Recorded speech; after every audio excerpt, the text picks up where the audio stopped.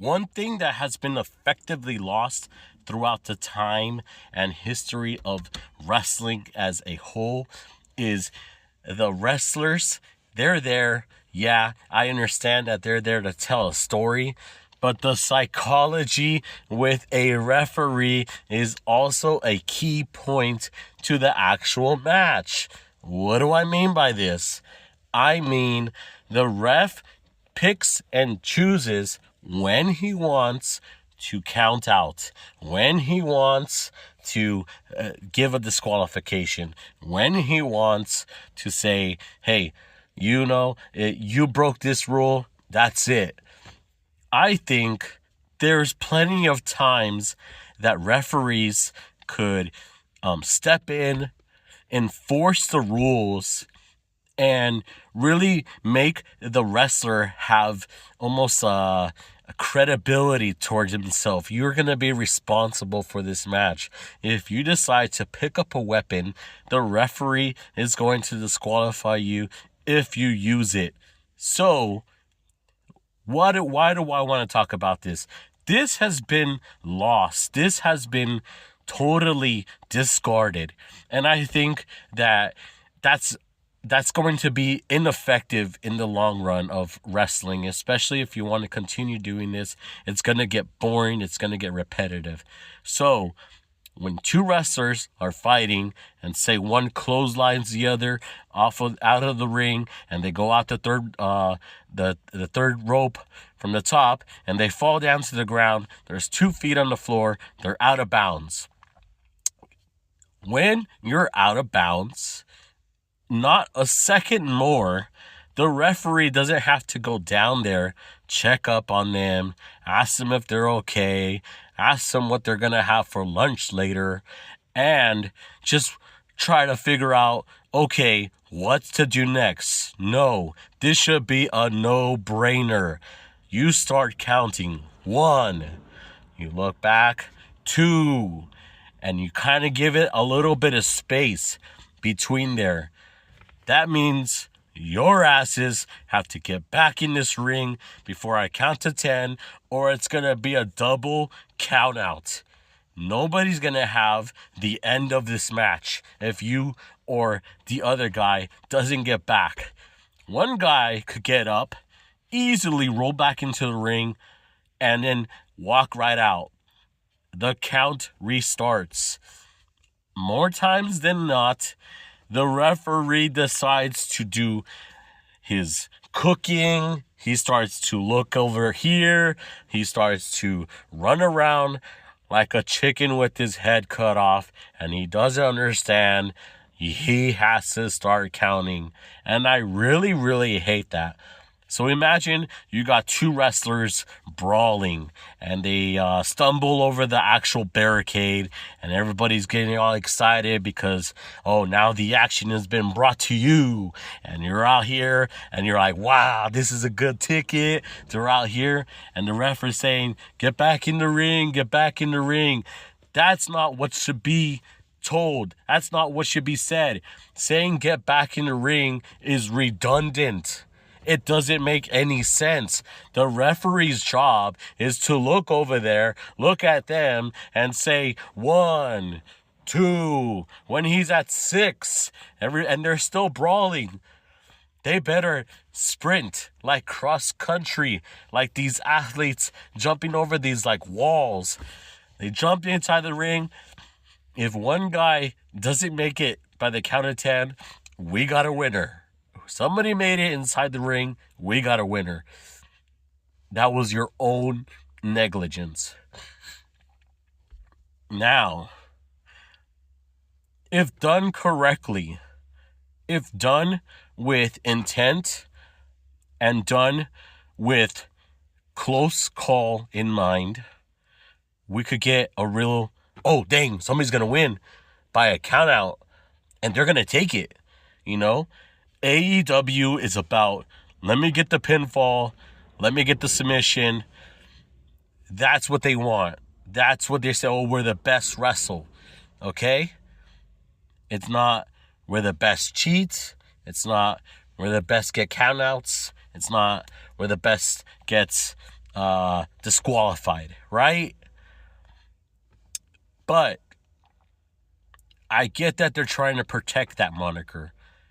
But when you start to have these longevity matches and you start seeing people doing pile drivers on the outside, steel step spots, trash cans, they're going inside the ring, they're going into the crowd, they're going on the ramp, and the referee has no mind into trying to count to a 10, then there's no small window that is slowly closing, almost like, you watch an action movie and there's a garage that's closing and there's a bunch of bad guys in there and they're shooting at them, and these guys, they have to get the hell out of there.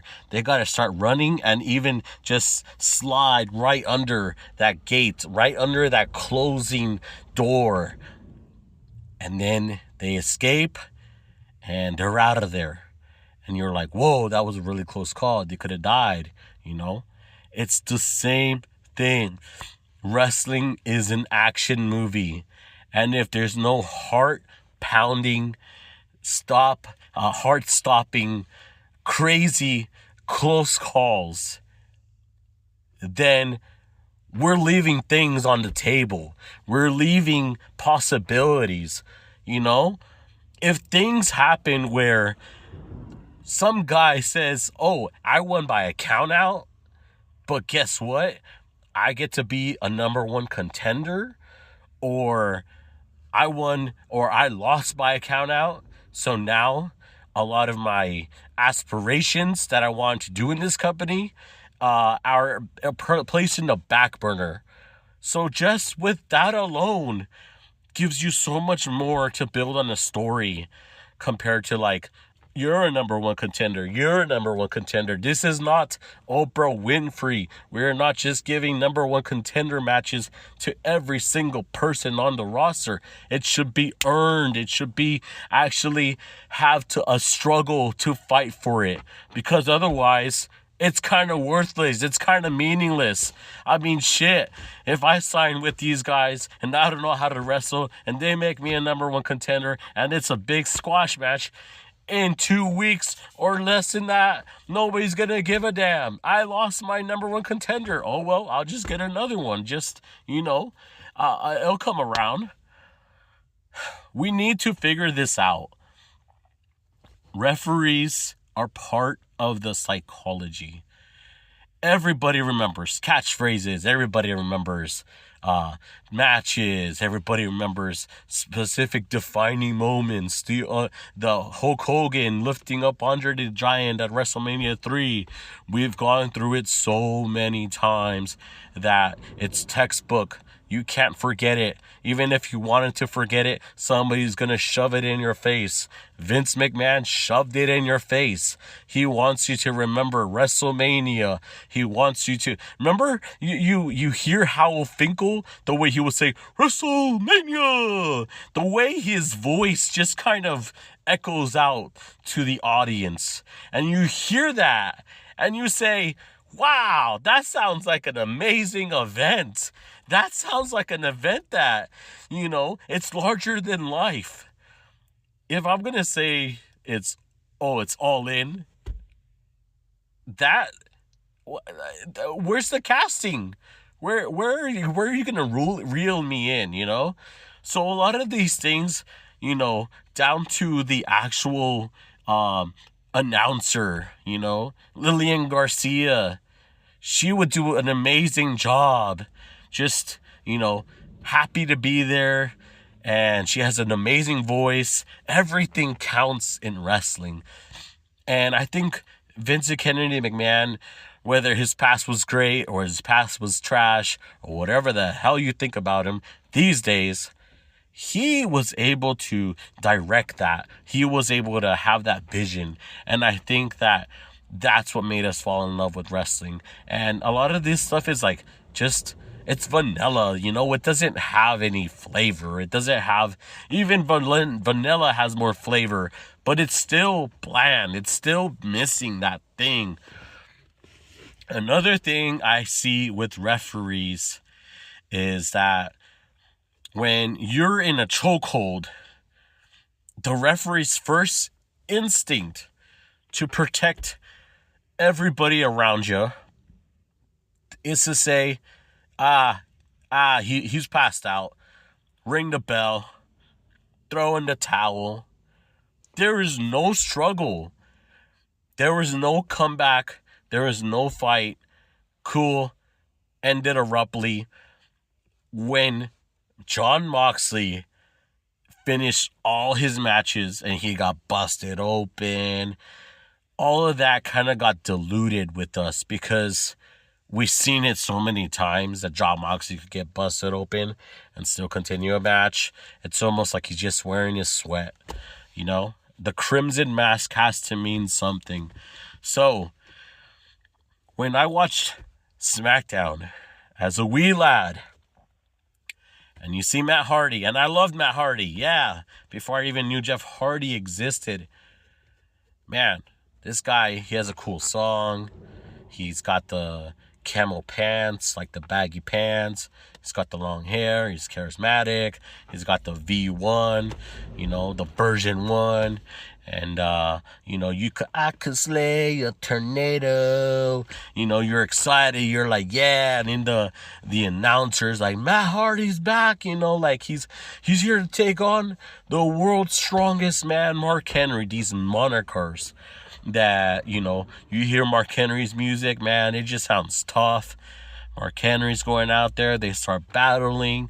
And it's going to be a squash match, right? But Mark Henry at the time had this thing where he'll give you a bear hug, right? He'll just start squeezing the life out of you.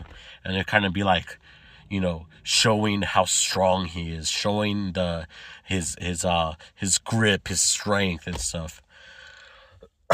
So, obviously, he's going to get you into that. It's going to be a position.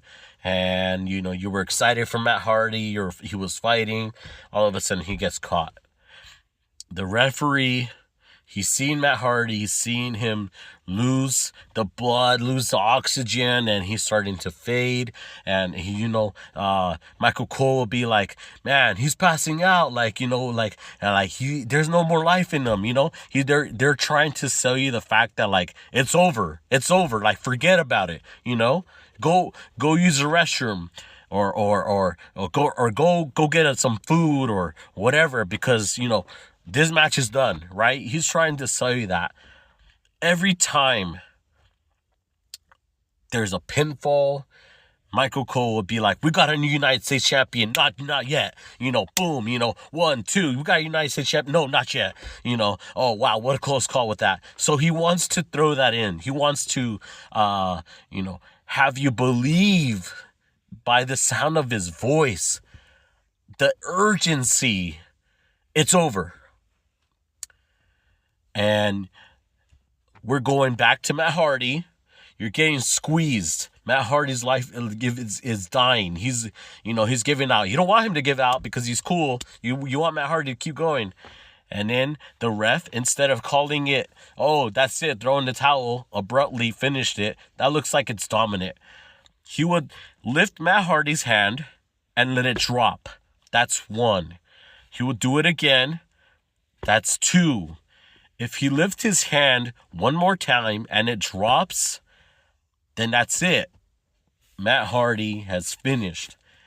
But with this third one, you see it, you lift it, he drops his hand, and he starts fighting back. His hand starts shaking, the crowd is clapping, and then the crowd is like, hey, there's life, and then he starts throwing the elbows, does the little elbows onto his thing, and he starts to fight against it. He starts to go, get his waist, and he starts to break. He breaks the hold that Mark Henry has, and then he starts punching Mark Henry on the head, and then he starts getting into it, and then Matt Hardy, he throws in his offense, and then you're like, yeah, he could probably do it. Boom, world's strongest slam after the offense, and there's a pin or whatever it could be. Mark Henry wins. It was a squash match, But Mark Henry had to kind of fight for it. He could play with his food, but maybe the food gets away, or, and now he's like, all right, now I got to be serious. Now I got to show you what I could really do. And he just shows you this nasty, whether he's military bench press you and then just overhead presses you and then just tosses you, and you hit a turnbuckle, and you just display your strength. And I think that's like with that whole hand thing, the refs do not do that anymore. And I think that's just such a hidden gem. That's such a, it doesn't have to happen always often. Sometimes that hand could come down for that 3 count. He just throws him on the ground, and then there's your winner. That shows dominance. That shows like, hey man, this guy actually did it. Not, oh, let me get him a rear naked choke, drop on my back, he starts struggling a little bit, and then he taps out, or, he's dead, and abruptly finished. That's it. There has to be more of a battle struggle. There has to be more of a, like, I don't want to lose this match. I don't want to, I don't want to look weaker, or I need to give it every single thing I got until I have nothing left. No other options, A lot of things that you could see on Raw back in the day, in the 2000s, and, the good old days of World Wrestling Entertainment. It wasn't really sports entertainment. It was more like professional wrestling, and, it was amazing, You could see that there's interference, and, there's people out there distracting the referee and stuff, and you're like, oh man, my favorite guy is gonna lose. That's it, there's too much going on, there's too many moving pieces, and then somehow, some way, against the odds, he picks up the victory. And I think that's like, what? He picked it up, let's go. That's so much credibility, and like, there's so many things that you could do with that too, like, oh man, like, hey man, like, I tried to get you to lose, and like, he's like, no, now you got me to lose. He's like, I'm gonna take you out, I'm like, you're trying to get me to like lose my matches, that's pissing me off. I'm gonna get you, and I'm gonna take out all of your guys, so now it's like, hey, okay, we could build a story from that. There's a lot of ways you could build stories from, these guys, these wrestlers. Like, they're so uncreative these days. They're so like missing the mark, and I get that Tony Khan, he's this big advocate for old school wrestling and stuff like that. But there is a way to, because everybody's, oh, there's no storylines in that. I'm like, there's no storylines because nobody knows how to set them up. So I understand that there's agents and producers who are making these matches, and, this is what's going to happen and everything like that. And I hate that side, of the coin, I don't like that. I don't like that. I always said, what's the point of wrestlers having all these muscles? What's the point of them being so strong? What's the point of them, like, basically working out consistently if it's not going to be real? I get that they got to protect their necks. I get that they're, consistently. And then, like, you could go watch UFC. UFC is so boring because even though you could appreciate the technicalities of jiu-jitsu and just different martial arts, MMA. There's judo, obviously takedowns. There's taekwondo. There's boxing. There's kickboxing.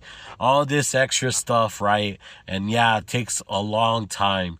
But I don't know who these guys are. They don't speak English. They're from around the world.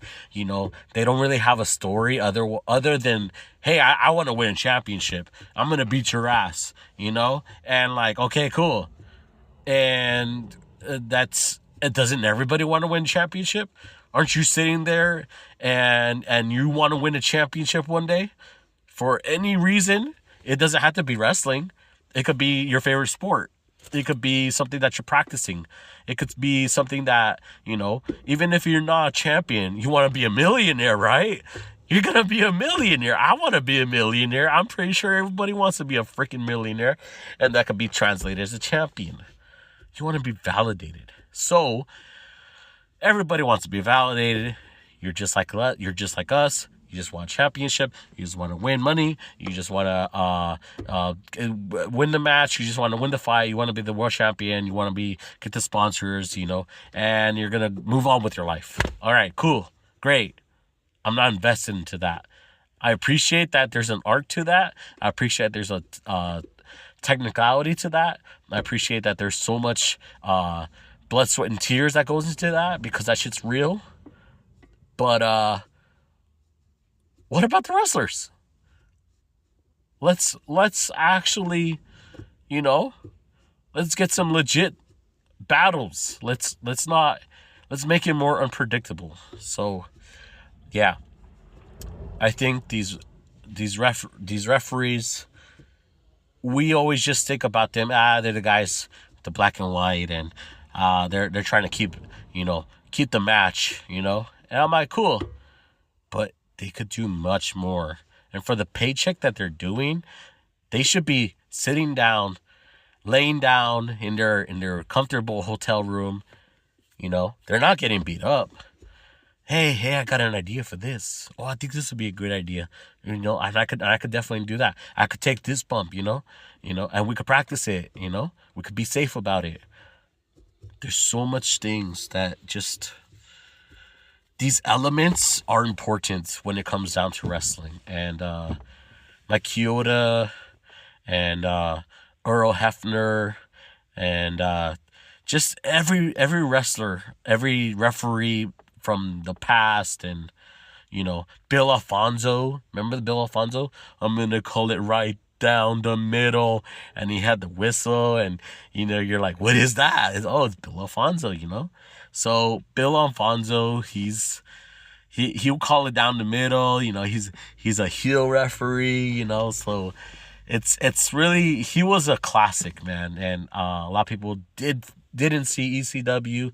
A lot of people did see ECW, and so it was probably before anybody's time who's like a more modern wrestler fan and stuff. But yeah, there's plenty of things, and yeah. So, what do you guys think about wrestlers and referees coming together to tell a story, to create psychology, to build a match, to just have the crowd at the edge of their seat every single match, or every other match? I love that there's I get that there's high flying. I get that they just want to show that they're the best, and everybody's like, we're the best wrestle. I'm like, everybody just cares about let's see how many spots we could do. Then and I get it, there's that tells a story, but like at the same time, like, let's try to figure this out. What's your favorite era? I want to know from you guys also, what's your favorite era of wrestling where the referees, they wear bow ties, they had like long sleeves and button-up shirts. That was like really throwback. Then there was like when referees had blue for SmackDown, and then it was like black for Raw, and then ECW was like a gray, and they had like the ECW patch. Or do you guys like the straight stripes, like more traditional, everybody knows the zebras, So yeah, well, and who was your favorite referee of all time? I know Earl Hebner is gonna be a big liking. You guys are gonna enjoy Earl Hebner. So, but maybe some underrated ones. Who else was out there that maybe we haven't heard of, or maybe he's from a different company, New Japan, TNA, ECW, just any other company, WCW, the old school World Wrestling Federation, AAA, maybe Lucha Underground, huh? That was good times too. But yeah, let me know what you guys think Thank you guys for listening. I appreciate you guys. I want to see you guys share, like, subscribe. Talk among yourselves. Wrestling should be a community. Wrestling should have opinions, and we should share thoughts, and we should share what we care, and be ruthless aggression on it, man. Let's get it back to the old school WWE days where ruthless aggression mattered. All right, guys. Deuces. I'm out.